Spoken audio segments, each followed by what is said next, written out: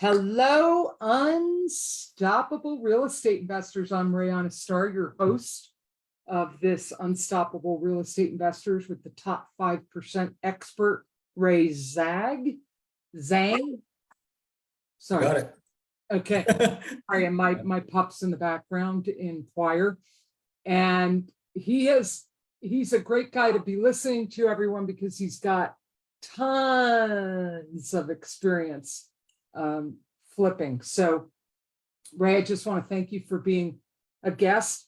This will be our last podcast for the year. We're going to go dark next week between Christmas and New Year's and just be on vacation. But if you're joining us in another group, feel free to join our group, the Unstoppable Real Estate Investor.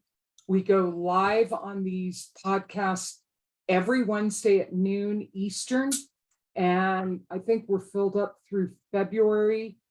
And we're always looking for real estate investment, experienced real estate investors who are making it, surviving, thriving. You know, you've made it for this podcast on the top 5%ers. And then on Fridays in our group at noon, also Eastern, are spotlighting members and clients who are in the process of learning the business, getting there, and talking about their stories and the struggle is real kind of thing. So thank you, Ray. We had to change our date because Ray had a family emergency. Everything's fine now. And so that's why we're doing this a little later, like on a Thursday evening, when typically we do this on Friday at noon. So I'm glad we could be flexible and that we were able to meet today. So Ray, welcome, and talk to me about what you were doing before real estate investing, and then let's talk about your whole real estate investing career. Yeah, so Rihanna, thank you so much again for inviting me, and sorry for the time we had to change. The effort you have done is remarkable. I see all this Facebook notifications you post it all over the place. Yeah, thank you so much. Right? Yeah. So before I came to the country about 11 years ago, didn't speak too much English. From where? Where are you from? From China. And Chinese, yeah. Okay. Yeah, if you don't understand me, I'll just maybe speak Chinese to you, right? So then I really won't understand. Yeah. So I came to here about 11 years ago, but instantly I was in a state of homeless, right? Because my mom gave me 3,000 by then. We thought that 3,000 can fund our entire university cost for the 4 years, but apparently that 3,000 didn't last for one semester. So I got to think something to make money. And I tried to be a tour guide and find out that wasn't enough, because even I do full-time tour guide, I can only earn about $1,200 per month. That's about it. Wow. Yeah, so that won't cover my cost of living. And I remember I live in the car. I have to eat one time a day to save some money. Wow, Ray. Yeah. Yours is really a rags to riches story. Right. If you look at me, I'm a little bit fatter now. That's because I have some money now. But by then it was a little bit hard. But I started to flip cars because I really have to live, right? Car? Yeah, correct. So like the vehicles, right? So I started to buy and sell cars, and then that business has been very good. And then I had some money. I was like, what do I do with this money? So maybe I just try to do something else. I see all the people, all over the place, they flip houses, right? And one house they flip equals about 20 cars of my profit on the cars. So I was like, why don't I do like houses, right? So I started to do houses in Hawaii, and I used to live there in Hawaii, but that market is very hard to do wholesaling houses. And so that didn't work. I tried to do virtual wholesaling houses, and that's even harder. So that put me in something very awkward situation, because I already paid so much money on this coaches and mentorship. And then I said, I'm going to try one more thing, and this apartment, right? So I tried apartment, that didn't work either. So I was on the edge of giving up because it's been 6 years. I've been trying, doesn't really have remarkable results. But eventually I stumbled onto land. That's what I'm doing right now. Wow. Yeah. What a story. And we're just getting started. And I wanted to welcome Roy Koppelman, Dwayne Kidman, Mara Santos, Mohan Karki. Thanks for joining us. And if you have any questions for Ray or you're curious, please feel free to drop them in the comments. If you're watching live or if you're watching a replay and you have questions, please pop them in the comments or let us just know in 1 or 2 words what you got from today's podcast, just a takeaway for you. So Ray, you went from flipping cars to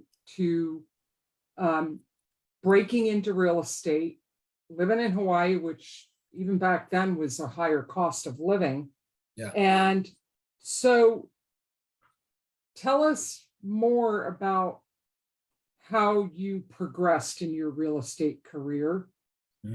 What did you focus on? And then we'll break that down and talk about challenges and where you're at today. So I was focusing on the houses and for doing wholesaling houses. And in Hawaii, it's kind of like you do 1 or 2 deals a year, and then not too much, right, for the wholesaling. I guess that's really bad for our beginners because when we first began real estate, we really want to get some momentum. We want to have some confidence. This system really works, right? But if you keep mailing and don't have any results, so sometimes you get really discouraged. And when you get discouraged, you try to find something else.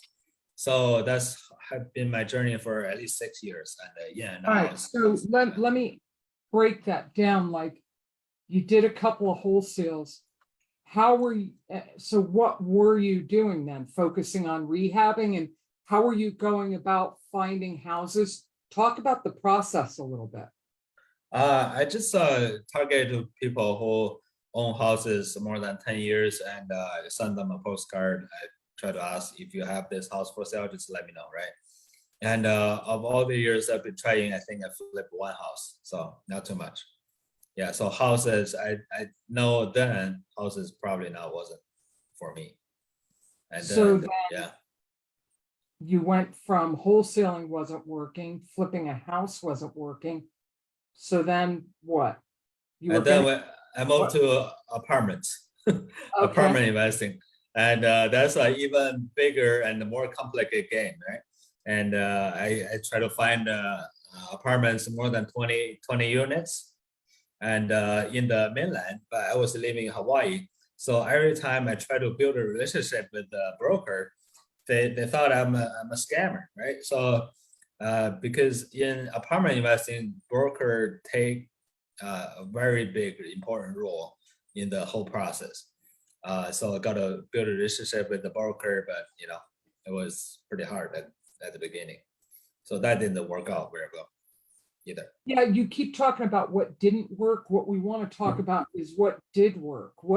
When did you start to shift gears and succeed? What did you change that started to work? Yeah, so when I changed to land, that's everything is totally different. And about 4 years ago, I started to do land deals. And when I was still in Hawaii, and I did 200 parcel buying and selling within the first year. So the first year I did 200 land deals. So that's something different than what I had experienced before. And is that what you're still doing, is land deals? Correct. And this year, our land profit just on the buying and flipping side is about 900,000 net profit for owning flip land. All right, so talk a little bit about that, because I think that's an area a lot of investors don't realize, like, how do you flip land? Like, how do you go about that? So break down your process. So first, you started to try and wholesale. You didn't, you realized you couldn't do that and make a living at it. You flipped 1 house. You're 6 years into your real estate investment career, barely getting by. Then you find land 6 years ago that starts to work for you. What happened to college through this whole process? I was actually kicked out by the college because I tried to do business myself. I was considered an international student. They have, Um, yeah, they have a rule that they have the international student can only work inside the school, so not outside. But they immediately the principal find out and called me to the office and kicked me out. wow, boy, you really had it hard at the beginning. A lot of challenges. How did you get over all that? I mean, that was the worst case, right? I mean, I was already at the worst one. So there's nothing to go down. So everything has to go up, right? So I just hang in there and hopefully something will shift. How did you survive with all those ups and downs, all those downs, really? Like, that's really like going 6 years of trying to figure it out. Like, how did you survive through all that? I always think I always have a vision. For I remember there's an experiment that they did an experiment with a mouse, and that mouse, the mouse with a vision survived longer than the mouse without a vision. So I was like, I could be the mouse. I had a vision, so I want to survive longer. But if you hang in there long enough, I guess the mercy will come, and you eventually have some good luck, right? So that's what happened to me, and I stumbled into land, and everything is changing completely. Okay, so Yeah. talk a little bit about that process. Like, how do you, what kind of land do you look for, and how do you flip land? How do you buy land, add value to it in order to turn around and flip it? Talk a little bit about that process. Right. So right now I only buy infill lots, meaning land nearby the major growing cities. For example, if you are in Dallas or Austin, I don't typically flip inside Dallas or Austin because those are very big city and a lot of people know that's a hot market. So I don't even go there. So what I do is I go to 30 to 90 minutes from the major growing city. And those areas that people didn't really notice, but there are a lot of builders starting to buy already. So those ones are very close to the city. If the city gets so expensive, the resident there, they tend to move outside, right? So if they move outside, the builder will have to build more, and they will buy my land. So are you buying and holding on to land for a little while to predict growth and trends, selling your land mostly to developers? Yeah, but I don't predict. I'm not that smart, right? And all the people, all the people who say they can predict, and they're probably wrong, right? They just predict 1,000 things, and maybe one of them hit it. So they think, oh, see, I was predicting the right way, but actually they were wrong for 900 something times. But I'm not smart enough to predict, but I'm smart enough to look at the history. So what is history? History is what already happened. So for land is how much or how many land already sold in the areas that want to go into, and how much they want to sell. They So sold it you're looking for. at the comps, the land Correct. comps. Yeah. Correct. And when I make offers, I make 40 to 50 cents on the dollar. And whoever wants to sell, they call me back. When I have a deal, I already know how much I'm going to make because there is comps there. Okay. Yeah. And so how do you flip land? How do you add value to a piece of land to then turn around? And what's your time frame? I don't add value, but I buy it at a very cheap value. So when I bought it, it was like 30 or 40 cents on the dollar. And when I sell it, I just put it back on the market. I sell it by the realtor. So I don't really clean it. So I you don't sell it really at market value. a little bit below market value because I want to be the first one to get sold in the entire area. I don't want to compete with anyone else, right? So yeah, that's the whole process. What else? What else do you want people to know about buying land? I want to let people know that land is a very overlooked niche because no one really knows how much the land is worth, even the landowners. And if even they know the land value, sometimes they do not have emotion attached to the land. Because think about it, if you have a house and if you leave that house, you're probably not going to sell it for 40% of the land of the house value, because there's so many memories inside. You raise a daughter, you raise your son there. But for land, who did you raise there, right? Nobody. So you raise a lot of dirt over the years, and you raise a lot of weeds or grass, right? That's all you raise on the land. And so people sometimes they hate their land because the land costs them money. You know, you have to clean it up. You have to hire people mow the lawn. If you don't do that, city will give you a lien or a fine you have to pay. So they don't like it. So they have a very negative emotion to their land. So that's why we can get some land even for free this year. I got 2 land for free this year. I got some land worth tens of $1,000s. I got it for a couple hundred. So sometimes it's hard to believe, but it does happen because people don't like it. Now, is your only investment strategy to buy and flip land, or are you doing any buy and holds? Are you developing land? Are you developing a passive income portfolio? What else are you doing as an investor? Yeah, a lot of people do land terms. I don't really believe that model because think about it. If you want to really get a nice cash flow, just go to apartment investing. And there's people have to live inside, and there's a very nice cash flow. But for land, you can definitely sell it on terms, but the default rate is very big. You know, Is it yeah, for people that buy land on terms, they'll default correct, on? correct.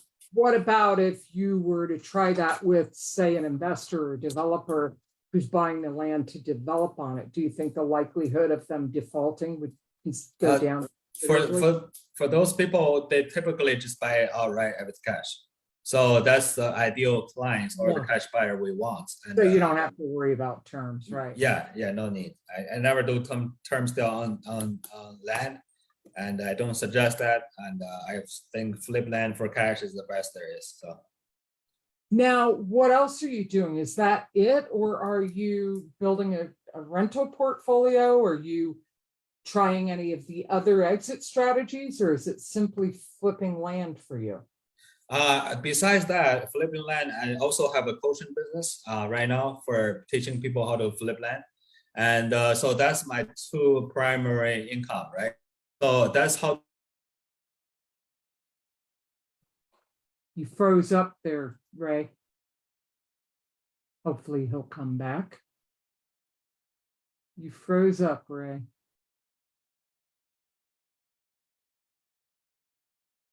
Ray, you're frozen.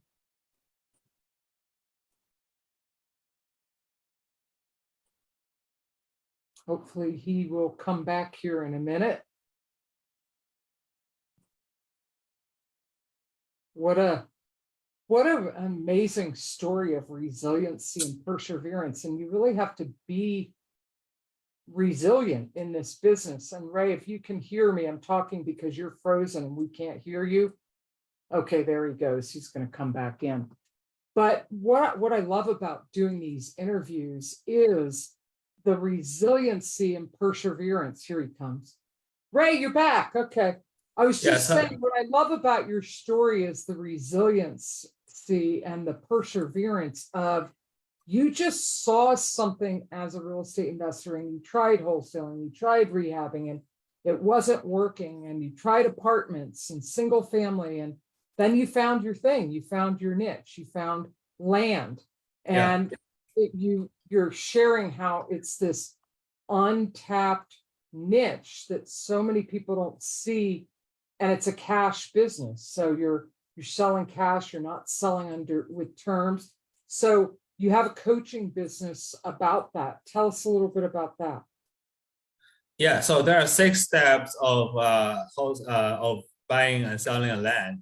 So the first step will be market selection. Second will be how to make offers the right way. I did a podcast with Joe McCall and on that. And the third is how to evaluate your land when the seller start to call us. We want to value the land within 5 minutes, right? So, and the first step is negotiation, and after that, we will try to find a right realtors to close the deal for us, and also validate the deal before we actually buy the land. So the last one is how do we get the land sold. So that's a whole 6 step. I do partially training if you are an experienced land investor.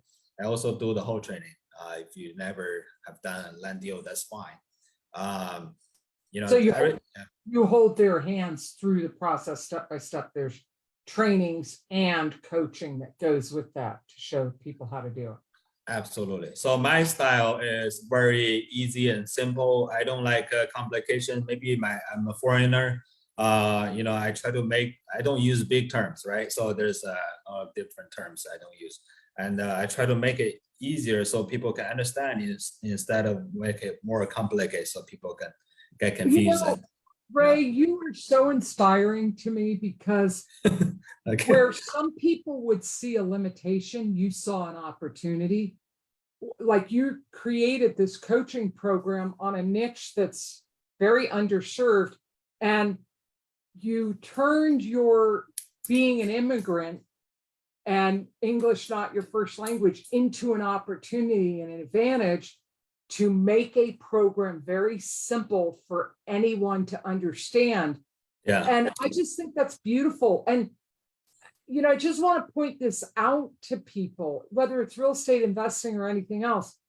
There are people like Ray that overcome obstacle after obstacle after obstacle. He came to this country not speaking English with $3,000 in his pocket, thinking it was going to pay for his schooling for the whole time he was in college. He barely made it through the first semester. And then he started flipping cars. He's a survivor. He was figuring it out. And then he wanted to go bigger. And it took him 6 years before in real estate, not giving up before he found this niche on land.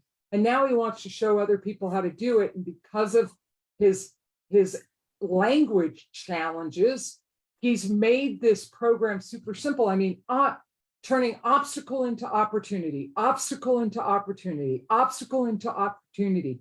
You have so much credibility because of your story, and it's so inspiring to me. Thank you, Rena. And you're welcome. Some people tell me, "Hey, have you ever wondered if people think you have an accent problem?" I said, I do. I mean, I do have an accent problem. No, it's not an accent problem. It's an accent opportunity. Right. Yeah. So I said, I noticed there is an accent problem, but I never worry about it because very few people. You know what, though? A lot of Americans, well, at least half of them, like accents. I am one of them. I love trying to guess where people are from. I love accents. You know why I like accents? And this has been proven in neurolinguistic programming. Accents actually have you listen more closely. Wow. You are more present and you concentrate on understanding the speaker more. Also, in NLP or hypnotherapy, when you want to get people more into a trance state, it's been proven that someone with an accent and some music, the right kind of music in the background, people will go into a trance state easier. The reason for that is the opposite of when you're really listening and concentrating is you can tune out and just let that voice relax you and settle you down. It's actually been proven. Thank you. I think I'll stop learning about English, so I will add more accent. add more thick accents. Well, it depends. You don't necessarily always want people to go into a trance when you want them to pay attention. Good. But I love your perseverance and your tenacity and your determination. So are you doing anything? Are you acquiring any passive income? Are you buying rentals? What are you doing besides land? And what's next for you as a real estate? Yeah, right now I'm still waiting for a little bit more opportunity. Right now I'm really interested in the apartments still over the years. And you want to go back to that. Correct. Yeah. correct. Yeah. So I want to, make money is one thing and keep your money is another thing, right? So you don't want to make a whole bunch of money and spend on something else. So we want to buy apartments, but maybe next year. So Okay. And then what would you say? They're pretty obvious, but I want to hear you say, what would you say has been your biggest challenge as a real estate investor to overcome? I think it's very common for all of us as an entrepreneur. Sometimes there's always some new ideas popping up, right? Either even some new idea you think by yourself, or some other people tell you, right? So if you do land, there are a whole bunch of different things you can do. You can buy and sell land like what I do. You can buy and sell on terms. You can buy a big land and subdivide them and sell on parts. So there are a lot of shiny objects, right? So that's how my 6 years was wasted, because I always see another opportunity so shinier, and that shiny object always looks better, make more money in shorter time. So it just Yeah, and then it detours you on mastering the path you're on. There are no quick fixes or get rich quick schemes, especially in real estate investing. If someone's selling you that, run the other way. It Right. is like any other profession. You need to master your craft. You need to learn. You need to practice skills. You need to implement as you go. So that leads me to asking you this, Ray. What if you were standing on a rooftop and you had a captive audience and you could influence them in any way? What would your advice be to them if they were really going to listen to you and heed your warning and implement what you're saying? What would your advice be to, say, a new investor or people considering investing in land? I would say, first of all, focus all your energy on this one thing. And secondly, take massive on perfection actions. So Take progress. massive action that's imperfect. Is that what you're saying? Imperfect, Don't be correct. That's a perfect. word. Yes. Yeah, There you go. yeah. All right. So a lot of people think too much. I mean, me included. We always want to know perfectly what's going on in the whole process, and then I can maybe take a small action. But that's not the right way to do it. I have a question for you, and I wanted to also say a hello to Joey Bickham, Shelley Heller, Mara Santos, Rose Lopez. They've joined us. And Mara Santos has a question for you, Ray. Are these land deals ready to build? Do you have a survey, or are they just raw land and you're going to have to develop it? So there typically is infill lots and there's houses nearby. And I typically, you can add a survey as like an value add, but I don't really do the survey thing if I have to, if I don't have to. So I just buy the land and then I put it back on the market, and the seller, the buyer will contact me or the realtor, and they will tell me what they need. Typically they need a survey, and then I tell them, you can do it yourself. I don't want to pay for that. So, sometimes scare them off, right? But so Mara, what he's saying is he keeps his models super simple. But right. if you were thinking about land, Mara, he's keeping it very simple because of the challenges he's had, and he was motivated to survive and make money, and he had to, keep it simple with the language challenges. So Mara, you can add value to the land. He doesn't. He's just wholesaling it. He's just turning around and flipping it. But there are ways that, there are people like me who are looking for land to develop it. Right. So I think it matters, Mara, what you are wanting to buy the land for. What Ray's talking about is a strategy of purely a cash flow strategy of, basically wholesaling land. He's calling it flipping land, but basically buying land at 30 to 40 cents on the dollar, turning it around and selling it with a realtor, not even trying to find his own buyers, going through a realtor. And if he can sell it for 10, 20, 30 cents below market value, he's still got a profit margin in there. It's not huge. He's not being greedy. It's more volume for him and turning things over quickly. It's not the only way to do land. There are other things, like I'm looking for land to buy and to build on it. So there are a lot of strategies with land, Mara. Mara, if you're still with us, did that help? Oh yeah, she said thank you. Okay. Yeah, and another thing is by simply doing that in one market, you can have the ability to duplicate the process in other markets. So think about McDonald's. If McDonald's have 100 different burgers, it's probably very hard to open another one in another city.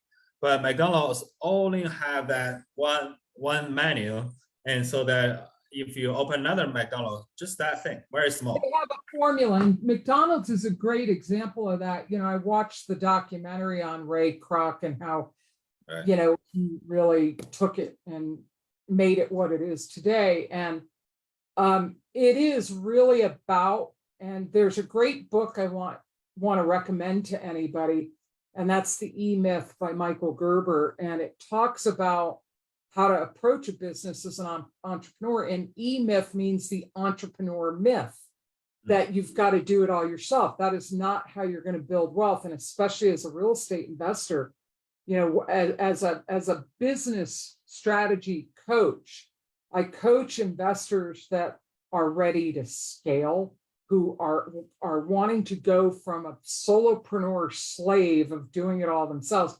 It is impossible to succeed in this business doing it all by yourself. Like Ray, even with your simple model, you still have to work with realtors, buyers, sellers. There are always people involved in this business. But the more you build a team and use technology and a team and their time and talent, the more you can scale. And so it's looking at, there's so many options in real estate. What are you comfortable with? Ray found his little niche. I found mine. I want to build micro communities that are sustainable and affordable, because I feel that is where the trend is going, is more affordable housing for the working class, and like tiny house villages and that. So Ray and I would be a good fit, because it's like, all right, Ray, I want you to find me land. Definitely. What we're looking for. So we're going to be talking. It's getting clear what you want to do. I'm very clear. There are certain things in real estate investing I just don't want to do them. I just don't. They don't appeal to me. And that's why it's so great. When people say that the only way to make money in real estate is wholesaling, rehabbing and buy and hold, that's a very generalization. Yes, all strategies fall into those three big categories somewhat, but there are a lot of creative ways in each of those, like arbitraging Airbnb. You don't even have to own property, Yeah. So, the reason I bring Ray on and other guests like him who have really overcome a lot of obstacles and challenges and found a way to survive. Like, you're supporting yourself buying land now. He went from rags to riches, literally, is not only to inspire you, but to show you all the different ways people have found to make money in real estate and all the different kinds of people. Here's a gentleman that came to the United States 12 years ago and didn't even speak English, with $3,000 in his pocket to put him through school for 4 years, and it lasted for a semester. He had to learn by, being in the fires of survival, living in his car. So if that doesn't inspire you and show you that if you have the right motivation and you are motivated enough, you will find a way. Right, Ray? Absolutely. What would you want to add to that? Absolutely. So I remember the day that I didn't have money to do the marketing. So what I did is I drive around for mattress, right? I see people who throw their mattress on the street. I'll pick it up and put it on my car. I sell that for $50. And then I'll go on Craigslist and find a free section. For Craigslist, there's a free section. And people giving away microwave and just all different kinds of stuff. So I post it on Facebook Marketplace. And then I sell them for like $40. And some of them I just put it for eating. There's a survivor for you. And if you can get your pride and ego out of the way, and it's amazing though that he was operating out of survival instinct, finding a way. So Ray, is there anything else? Did you want to talk, just real briefly a little bit about your program, how long it is, what's covered, who's the ideal candidate for your program? Yeah, so whoever is committed to land investing can contact me, and I'm in Instagram all the time. My Instagram tag there is virtual flip land, just like right here, the name, right? Virtual VIRTUAL. Virtual flip land on Instagram. Also, you can comment and tag Ray Zhang or tag, virtual flip land, tag him by name, ZHANG, right? Yeah. So Ray, RAY, Zhang, ZHANG, you could tag virtual flip land or Ray Zhang in the comments below, and that'll alert him and he can go to those comments and you can connect with Ray if this is something that appeals to you. I'm curious, Mara, what are you interested in with regarding land? If you're still with us, Mara, could you make a comment like what is it that you're curious about regarding land? And we'll just wait a minute for that. So Ray, I really want to thank you for being so candid about your story, and just very impressed by you, by your survival instinct, your tenacity, your perseverance, your resilience. And, if we don't hear from Mara right away, maybe she'll, you can reach out to her in the comments and just say, hey, what are you interested in land? Curious, Ray, what areas of the country are you investing in land? Are you just investing in Texas? Are you still living in Hawaii? Tell us a little bit about that. Yeah, I moved to Florida about a year ago. So I do many states right now in 45 counties, somewhere around there. So 45 different counties in about 9 different states. I'm in Colorado, Arizona, South and North Carolina, Florida, Texas. Okay, I'm in North Carolina, so we got to talk. Mara did respond. She has clients interested in land. She wants to learn more how to buy them. Yeah, so that's easy. When we hang up, Ray, are you in my group? Have you joined my group yet? I will. Not yet. Okay. Yeah. So it's write this down. What I'll do is, Ray, what I'm going to do for you is I'm going to put it in the Zoom link so that you can just find it super easy. I want you to join the group so you'll see everybody commenting, but I want you and Mara Santos to connect. Mara, where are your clients located? Let us know. And because Ray's connected, he's looking for land in a lot of places. Go ahead and request to join, Ray. And all right, I'll do that.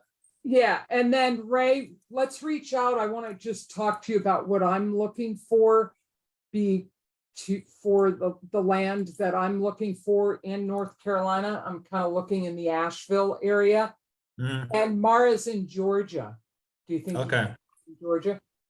Yeah, you can do this in anywhere you want. So not only Georgia, anywhere. All right. So it may be that you just find land for her clients. It may be she's got buyers for you, or she enters into your course. So there's an opportunity there. All right. Definitely. So thanks, Ray, so much for, in the spite of a family emergency, finding time for us to fit this in. It's been a pleasure getting to know you a little bit. We'll be talking a little bit for you to help me find land.